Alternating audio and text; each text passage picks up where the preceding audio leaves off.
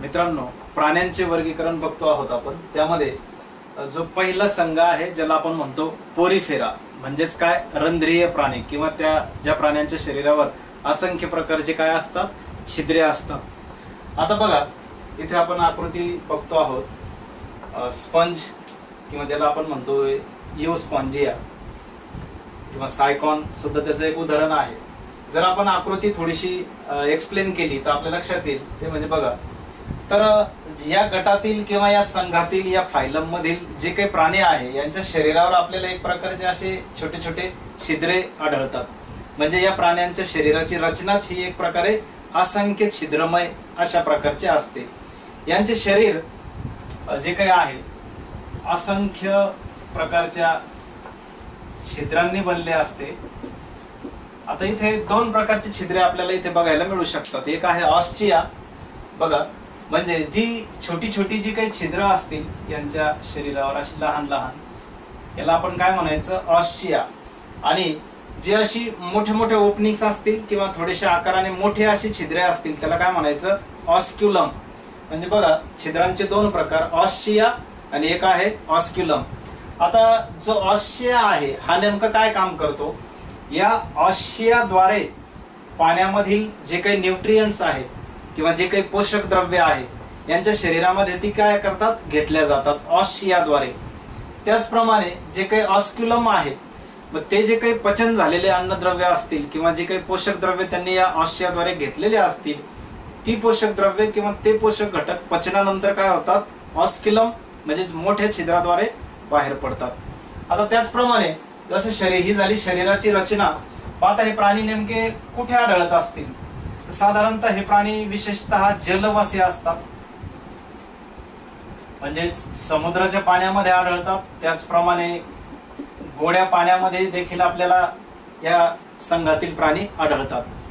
आता या प्राण्यांची शरीराची जे सममिती आपण विचारात घेतली किंवा ज्याला आपण म्हणूया सिमेट्री जर बघितली, तर सिमेट्री म्हणजे काय, शरीराचे केलेले दोन समान भाग. जसं उदाहरणार्थ आपण बायलॅटरल सिमेट्री बघितलं होतं, असिमेट्रिक बघितलं होतं. असममित म्हणजे ज्या प्राण्यांना आपण जर काल्पनिक छेद दिला शरीराच्या मधोमध, जर समान दोन भाग मिळाले तर त्याला काय म्हणायचं, बायलॅटरल सिमेट्री. आणि जर असे दोन समान भाग मिळू नाही शकले तर त्याला काय म्हणायचं, असममित.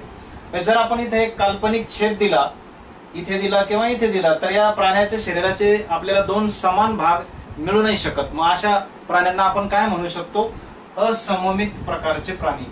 म्हणजे या पोरीफेरा किंवा रंध्रीय प्राणी गटातील जे काही प्राणी असतील हे कसे असतील, असममित, ज्याला आपण म्हणूया असिमेट्रिकल. आता आपण आताच बघितलं, हे प्राणी सागरामध्ये आढळतात, म्हणजे समुद्रामध्ये आहे, त्याचप्रमाणे गोड्या पाण्यामध्ये आहे. आणि मग आता हे प्राणी नेमके कुठे राहत असतील, तर या प्राण्यांना आणखी एका नावाने ओळखले जातं, ज्याला आपण म्हणतो स्थानबद्ध प्राणी. ज्याला आपण म्हणतो की एक सेडेंटरी, म्हणजे कुठंतरी एखाद्या आधाराला असे ते चिटकून राहतात. म्हणून या प्राण्यांना आपण आणखी एका नावाने ओळखू शकतो, ते म्हणजेच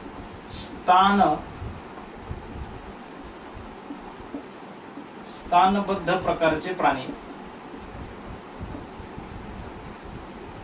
आता या प्राण्यांच्या शरीरावर या इथे आपल्याला दिसत आहे, या आहेत कॉलर सेल किंवा ज्याला याला मराठीमध्ये म्हटलं जातं कॉलर पेशी. एक फुगीर अशा प्रकारची ही रचना आहे. याद्वारे काय होतं की जे काही पाणी आहे किंवा जे काही न्यूट्रिएंट्स आहे, पोषक घटक आहे, या पोषक घटकांना आतमध्ये येऊ देणे व बाहेर जाऊ देणे, यासाठी या कॉलर सेल या प्राण्यांना काय होतात, उपयोगी पडत असतात. आता परत पुढे आपण जर या पोरीफेरा किंवा रंध्रीय प्राणी गटातील आणखी काही वैशिष्ट्ये बघायची ठरवली, तर यांचं जे काही प्रजनन आहे, सर्वात महत्वाचं बघा, एमपीएससी आपल्याला विचारते की कुठल्या संघातील प्राण्यांचं जे काही प्रजनन आहे, रिप्रोडक्शन, ते कोणत्या प्रकारचं आहे.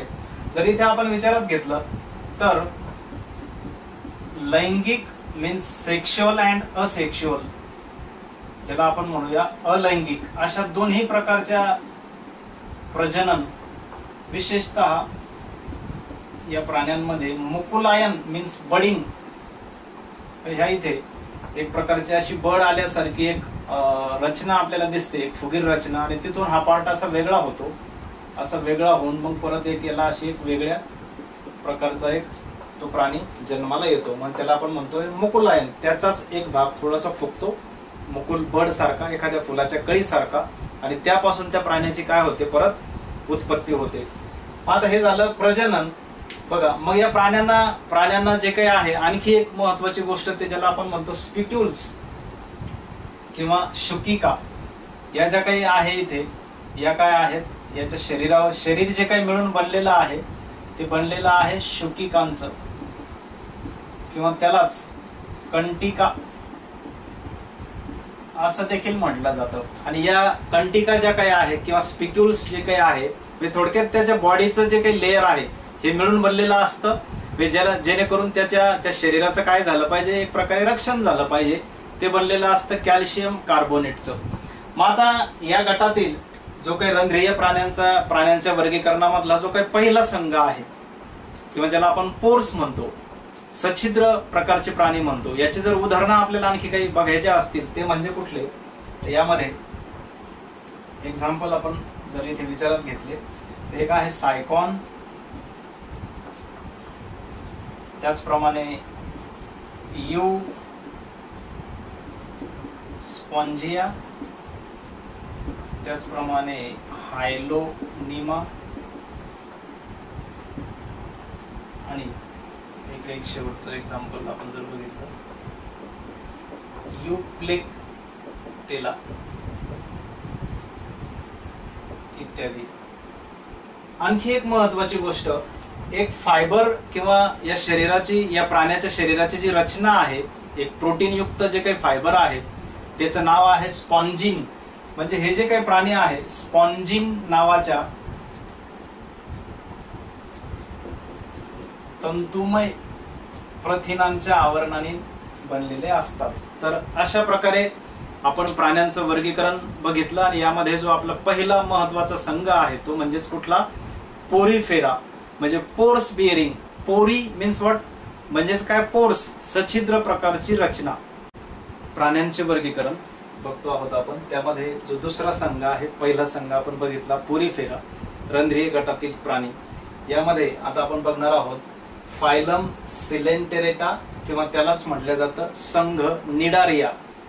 आता बघा, सिलेंटेरेटा या शब्दाचा जर आपण मराठीमध्ये अर्थ समजून घेतला तर त्याचा अर्थ असा होतो कॅव्हिटी किंवा देहगुहा. आता म्हणजे एक प्रकारे सिलेंड्रिकल शेप, ज्या पद्धतीने आपल्याकडे सिलेंडरचा आकार असतो त्या पद्धतीने याची बॉडी आहे. ओव्हरऑल जर आपण एक बघितलं, यामध्ये आपण इथे उदाहरण घेतलं आहे ते म्हणजे हायड्रा, किंवा ज्याला आपण म्हणतो जलव्याल. आता बघा, याची एक रचना जर आपण बघितली तर याला अशा वरच्या बाजूस शुंडके आहे ज्याला आपण टेंटॅकल्स म्हणतो.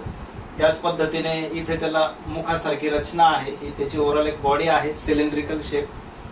त्याचप्रमाणे इथे आहे ओव्हरी, किंवा ज्याला आपण अंडाशय म्हणतो. या बाजूला आपण इथे बघतो छोटासा बर्ड सारखं जे काही स्ट्रक्चर दिसतंय ज्याला आपण मुकुल, नवजात मुकुल म्हणतो. आणि एक प्रकारे हे काय झालं, हायड्रा, ज्याला आपण म्हणूया जलव्याल.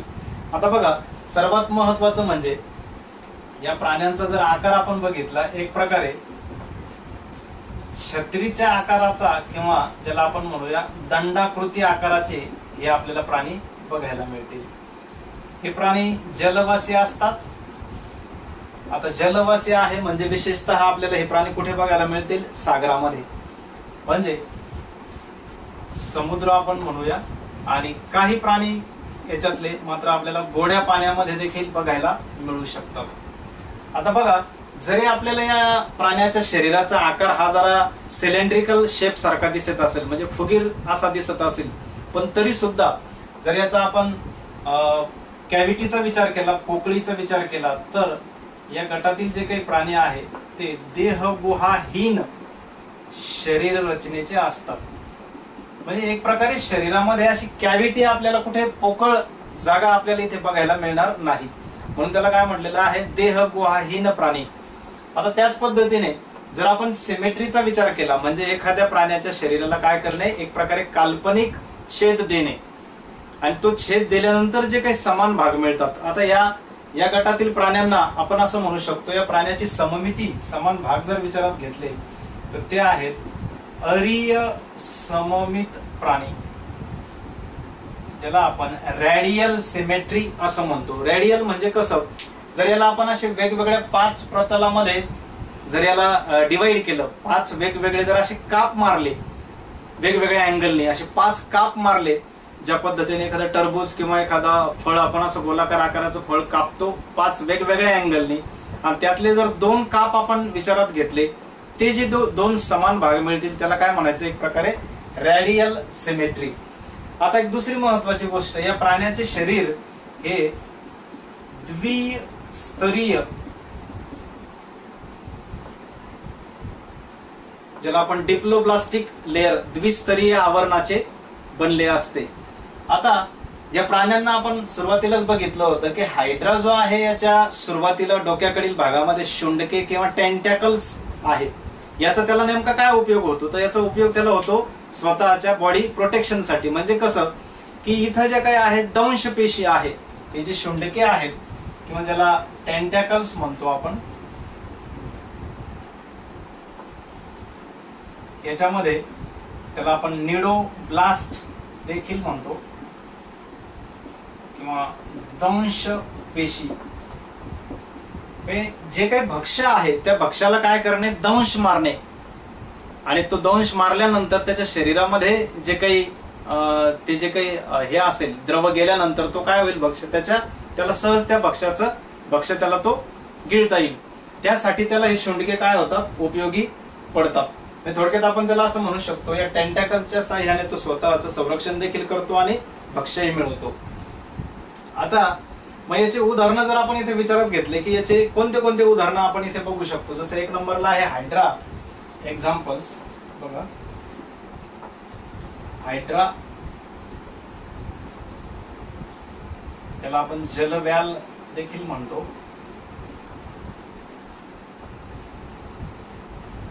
त्याचप्रमाणे ज्याला फायसेलिया पोर्तुगीज मॅन ऑफ वॉर म्हणून देखील ओळखल्या जातं या फायसेलियाला. त्याच पद्धतीने जेलीफिश किंवा त्यालाच ऑरेलिया असं देखील म्हटलं जातं. जेलीफिश बघा, हायड्रा ज्याला आपण जलव्याल म्हणतो, फायसेलिया यालाच पोर्तुगीज मॅन ऑफ वॉर असं देखील म्हटलं जातं, जेलीफिश, ऑरेलिया, आणि एक प्रमुख जे काही याचं हे आहे त्याला आपण म्हणतो प्रवाळ, कोरल. हा जो एक सागरी जीव आहे, कोरल्स. तर अशा पद्धतीने संघ सिलेंटेरेटा किंवा निडारिया या संघातील आपण प्राणी आणि त्या प्राण्यांचे प्रमुख वैशिष्ट्ये बघितली. मित्रांनो, प्राण्यांचं वर्गीकरण आपण बघतो आहोत आणि त्यामध्ये आपला आजचा संघ आहे फायलम प्लॅटीहेल्मिंथिस. आता प्लॅटीहेल्मिंथिस हे जे नाव आहे हे ग्रीक वर्ड आहे, ग्रीक शब्द आहे. यामध्ये जर आपण बघितलं, या प्लॅटी शब्दाचा नेमका अर्थ विचारात घेतला तर प्लॅटी म्हणजे काय, फ्लॅट. प्लॅटीचा अर्थ होतो फ्लॅट, आणि हेल्मिंथिस या शब्दाचा अर्थ असा होतो वर्म. म्हणजे आपण याला असं लिहू शकतो, फ्लॅट वर्म म्हणजेच मराठीमध्ये आपण याला म्हणू शकतो सपटे कृमी. बघा, मग आता या प्राण्यांचे जर आपण काही वैशिष्ट्ये इथे विचारात घेतली, आपण जे इथे उदाहरण बघतो आहोत ते आहे लिव्हर फ्लूक, आणि याचे जर काही वैशिष्ट्ये आपण इथे विचारात घेतली. आता बघा, या संघातील प्राण्यांचा आकार जर आपण सर्वप्रथम इथे बघितला तर आपल्या लक्षात येईल, तर हे प्राणी सडपातळ असतात किंवा यांच्या शरीराची रचना ही पानासारखी असते. सडपातळ आहे, पानासारखी शरीर रचना आहे, किंवा त्याला आपण म्हणू शकतो एखाद्या रिबिनी सारखी यांची शरीराची रचना असते. आता त्याचप्रमाणे मग हे प्राणी नेमके कुठे आढळतात, या संघातील जे काही प्राणी आहे, आपण उदाहरण बघतो आहोत लिव्हर फ्लूक. मग हे उदाहरण किंवा हे लिव्हर फ्लूक हे नेमके आपल्याला कुठे आढळत असतील, तर बघा, हे विशेषतः अंतःपरजीवी आहेत, ज्याला आपण इंडो पॅरासाइट म्हणूया. अंतःपरजीवी शरीराच्या आत राहून आपली उपजीविका भागवणारे, आणि जर शरीराच्या बाहेर राहून आपली उपजीविका भागवत असतील त्याला आपण म्हणूया एक्टोपॅरासाइट. शरीराच्या आतमध्ये राहून आपली उपजीविका भागवणारे इंडो पॅरासाइट. मग आता बघा, जसे हे लिव्हर फ्लूक किंवा हे प्लॅटीहेल्मिंथिस आहे अंतःपरजीवी आहे, सोबतच काही प्राणी या संघातील स्वतंत्ररित्या म्हणजे पाण्यामध्ये देखील आपल्याला आढळतील. आता जर आपण इथे शरीर रचना विचारात घेतली, शरीर रचनेमध्ये आपण विशेषतः 3 मुद्द्यांचा इथे समावेश करूया. जसं एक आहे बॉडी कॅव्हिटी, दुसरा आहे सिमेट्री. कॅव्हिटी जी आहे ज्याला आपण पोकळी म्हणतो, तर देह गुहाहीन प्राणी. या संघातील जे प्राणी आहे हे देह गुहाहीन किंवा ज्याला आपण म्हणतो असिलोमेट. असिलोमेट म्हणजेच काय, त्यांच्या शरीरामध्ये पोकळी नसते. आता सिमेट्रीचा विचार केला, सिमेट्री म्हणजे काय की एखाद्या प्राण्याच्या शरीराला काल्पनिक असा मधोमध एक छेद देणे, आणि हा छेद ज्यावेळेस आपण देतो जर त्याचे 2 समान भाग पडत असतील त्याला काय म्हणायचं, बायलॅटरल. जर काल्पनिक छेद देऊन देखील जर समान भाग पडत नसतील तर त्याला काय म्हणायचं, त्याला असममित म्हणायचं, असिमेट्रिकल ॲनिमल्स आपण म्हणतो. किंवा जसं उदाहरणार्थ हायड्रा वगैरे जर बघितलं आपण, तर याला आपण वेगवेगळ्या 5 प्रतलामध्ये काल्पनिक छेद देतो, आणि त्यातले जर कोणतेही 2 प्रतल आपण इथे विचारात घेतली तर त्याला आपण काय म्हणतो, रेडियल सिमेट्री. तर अशा पद्धतीने या सिमेट्री आहे. या प्राण्याची सिमेट्री जर आपण इथे विचारात घेतली तर बघा, जर आपण याला असा काल्पनिक छेद दिला या लिव्हर फ्लूकला, तर 2 समान भागामध्ये हा लिव्हर फ्लूक आपल्याला इथे आढळेल. मग आपण याला असं म्हणूया बायलॅटरल सिमेट्री किंवा द्विपार्श्व सममित प्राणी, बायलॅटरल सिमेट्री. आता कॅव्हिटी झाली, सिमेट्री झाली. त्याच पद्धतीने जो तिसरा मुद्दा आहे देहगुहाहीन प्राणी, द्विपार्श्व सममित, आणि तिसरा जो मुद्दा आहे की जर्मिनल लेयर,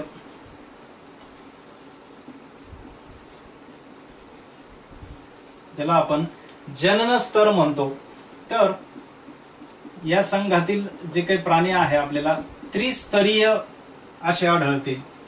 म्हणजे हे 1, हे 2 आणि हे 3, म्हणजे 1, 2 आणि 3 असे ट्रिप्लोब्लास्टिक ॲनिमल असं देखील आपण या प्राण्यांना म्हणू शकतो. म्हणजे जसं अंतर्जन स्तर आहे, त्याचनंतर मध्यजन स्तर आहे, आणि जो आउटर आहे बाहेरचा आहे त्याला आपण म्हणूया बहिर्जन स्तर. अशा प्रकारे 3 स्तरापासून या प्राण्यांच्या शरीराची रचना आहे.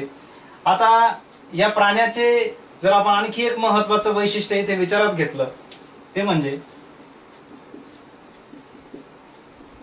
या संघातील जे प्राणी आहे, जर आपण यांचं वैशिष्ट्य बघितलं तर हे उभयलिंगी किंवा ज्याला आपण हर्मॅफ्रोडाइट असं म्हणू शकतो. मग आता हर्मॅफ्रोडाइट म्हणजे नेमकं काय बघा, एकलिंगी म्हणजे नर हा वेगळा असू शकतो, मादी ही वेगळी असू शकते, मेल किंवा फिमेल हे वेगवेगळे राहू शकतात. मग आता उभयलिंगी म्हणजेच काय, एकच प्राणी, मात्र त्या एका प्राण्याच्या शरीरावर आपल्याला दोन्ही मेल आणि फिमेल अशा दोन्ही प्रकारचे काय आढळतील, रिप्रोडक्टिव्ह सेक्स ऑर्गन आढळतील.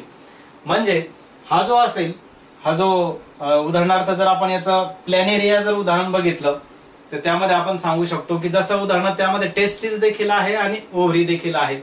म्हणजे स्पर्म पण प्रोड्यूस केल्या जातात आणि एग्स पण प्रोड्यूस केल्या जातात. म्हणून आपण या प्राण्यांना काय म्हणतो, हर्मॅफ्रोडाइट. आता या प्राण्यांचे जर आणखी काही उदाहरणं आपण इथे बघायची ठरवली, एक्झाम्पल त्यातलं आपण पहिलं उदाहरण इथे बघितलं ते आहे लिव्हर फ्लूक. लिव्हर फ्लूक, त्यानंतर प्लॅनेरिया आणि पट्टकृमी.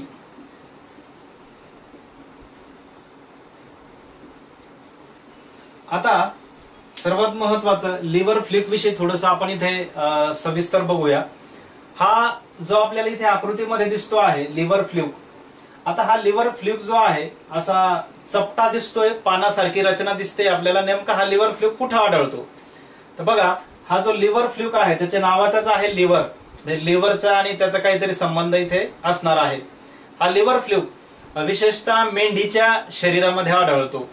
आणि मग काय होतं, तिच्या लिव्हरमध्ये हा लिव्हर फ्लुक आढळल्याने हळूहळू काय होत चालतं, तिचं लिव्हर जे काही आहे ते डॅमेज होत चालतं आणि त्या मेंढीचा काय होतो, इथे मृत्यू होतो.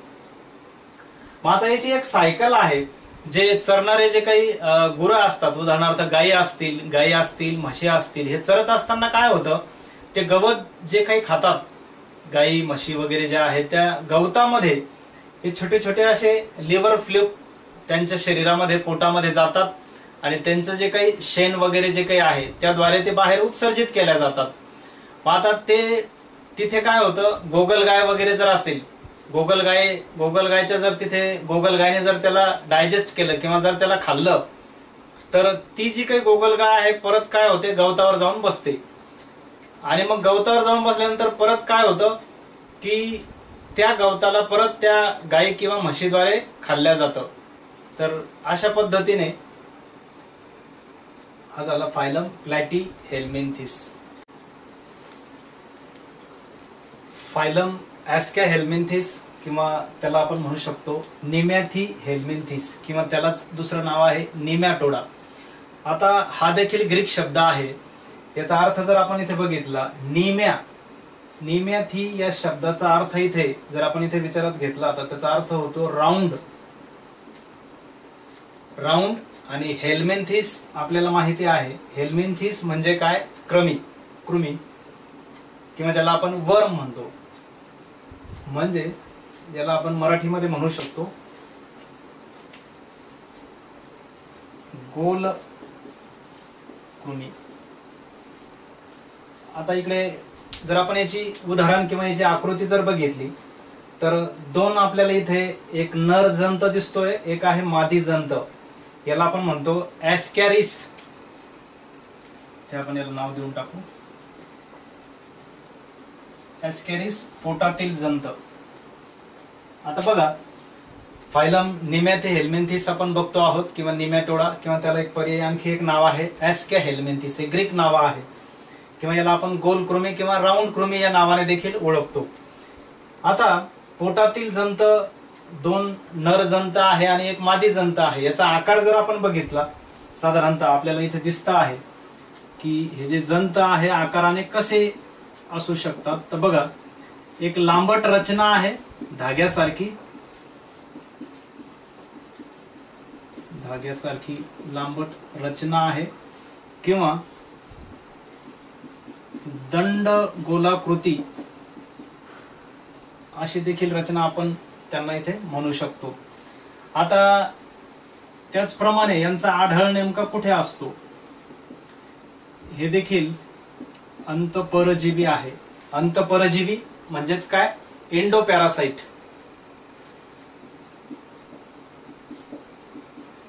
याला आपण इंडोपॅरासाइट म्हणतो. इंडोपॅरासाइट अंतःपरजीवी आणि एक्टोपॅरासाइट म्हणजेच काय, बाह्य परजीवी. आता बघा, याच्यातले काही जे प्राणी आहे हे स्वतंत्र देखील आढळतात. स्वतंत्र आढळतात म्हणजे हे जलवासी असतील, पाण्यामध्ये आढळू शकतात, त्याचप्रमाणे भूचर जमिनीवर सुद्धा आढळू शकतात. आता जर यांच्या शरीराची रचना आपण इथे विचारात घेतली, शरीर रचना आपल्या लक्षात येईल. शरीर रचनेमध्ये महत्वाचे 3 मुद्दे. त्यातला पहिला मुद्दा ज्याला आपण म्हणतो सिमेट्री किंवा कॅव्हिटी, बॉडी कॅव्हिटी जरी आपण म्हटलं, की यांच्या शरीरामध्ये पोकळी आहे का हे पूर्णपणे असे अखंडित आहेत. तर यांच्या शरीरामध्ये जरी आपल्याला हे गोलाकार दंड गोलाकार दिसत असतील, परंतु एक आभासी पोकळी असल्याचा आपल्याला काय होतो, भास होतो. म्हणून या संघातील प्राण्यांना आपण म्हणतो सिडोसिलोमेट मराठीमध्ये आपण याला म्हणतो आभासी देहगुहा प्राणी. म्हणजे गोलाकार हे जंत आपल्याला गोलाकार दिसतात, फुगीर असे दिसतात, असं वाटतं आपल्याला यामध्ये एक पोकळी असायला पाहिजे, परंतु पोकळी नसता, हे आतमधून पूर्ण भरीव असतात, म्हणून असं वाटतं आपल्याला, म्हणून याला म्हटलेलं आहे सिडोसिलोमेट. आता त्याचप्रमाणे दुसरा जर शरीर रचनेतला मुद्दा आपण इथे बघितला तर दुसरा मुद्दा आहे सिमेट्री.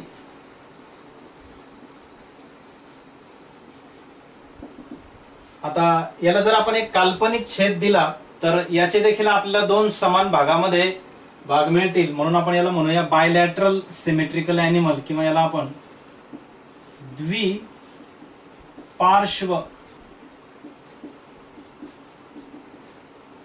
बायलॅटरल सिमेट्रिकल ॲनिमल किंवा द्विपार्श्व सममित प्राणी. आता कॅव्हिटी झाली, सिमेट्री झाली, त्याचप्रमाणे तिसरा मुद्दा आहे ज्याला आपण म्हणूया जर्मिनल लेयर.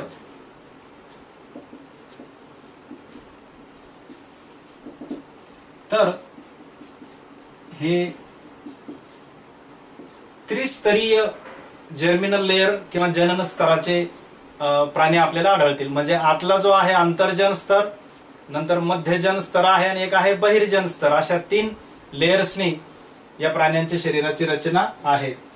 आता आणखी एक महत्वाचं वैशिष्ट्य यामध्ये, याच्या शरीराची रचना जर आपण बघितली तर एक प्रकारे अशी अखंडित एक वैशिष्ट्य जर आपल्याला याचं सांगायचं ठरलं, अखंडित भक्कम उपचर्म, ज्याला आपण सब क्युटिकल म्हणतो.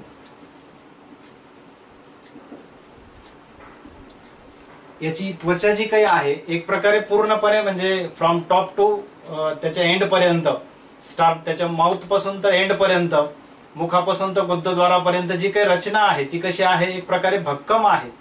आणि त्याच्यामध्ये सब क्युटिकल आहे, त्वचेचे काही जे काही आवरण आहे त्याला म्हणतात क्युटिकल, किंवा त्याला आपण म्हणूया उपचर्म. सब क्युटिकलनी ही बनलेली असते, उपचर्माने ही बनलेली असते. मग आता याचे जर आपण काही असे इथे उदाहरणं बघितले तर त्यातलं पहिलं उदाहरण आहे नंबर 1 आपण इथे बघितलं, ते आहे ॲस्कॅरिस, ज्याला आपण म्हणतो पोटातील जंत. ॲस्कॅरिस पोटातील जंत.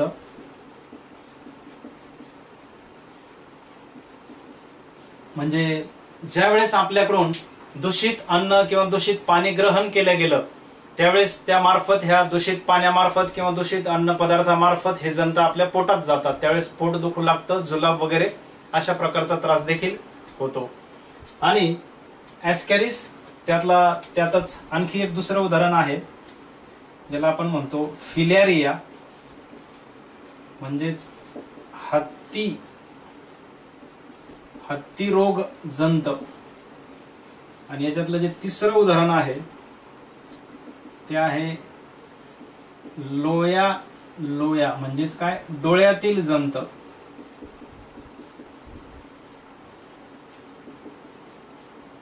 बघा, म्हणजे नेमॅथी हेल्मेंथिस या संघातील जर उदाहरणं आपण इथे बघितलं, 1 नंबरला हे उदाहरण आहे पोटातील जंत, ज्याला आपण ॲस्कॅरिस म्हणतो. दूषित अन्न पदार्थाद्वारे ते आपल्या पोटामध्ये जातं, पोटाचा त्रास होतो, पोट दुखू लागतं. दुसरं जे उदाहरण आहे ते म्हणजे हत्ती रोग जंत, ज्याला आपण म्हणतो फिलॅरिया. विशेषतः हा जो फिलॅरिया आहे बघा,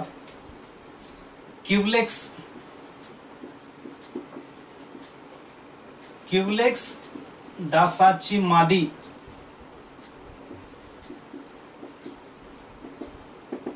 या हत्ती रोग जंताचा काय करते, प्रसार करते, हे आपल्याला माहिती पाहिजे. तर अशा पद्धतीने आपण बघितलं संघ किंवा फायलम ॲस्कॅ हेल्मेंथिस, नेमॅथी हेल्मेंथिस, किंवा त्यालाच आपण म्हणतो निमॅटोडा.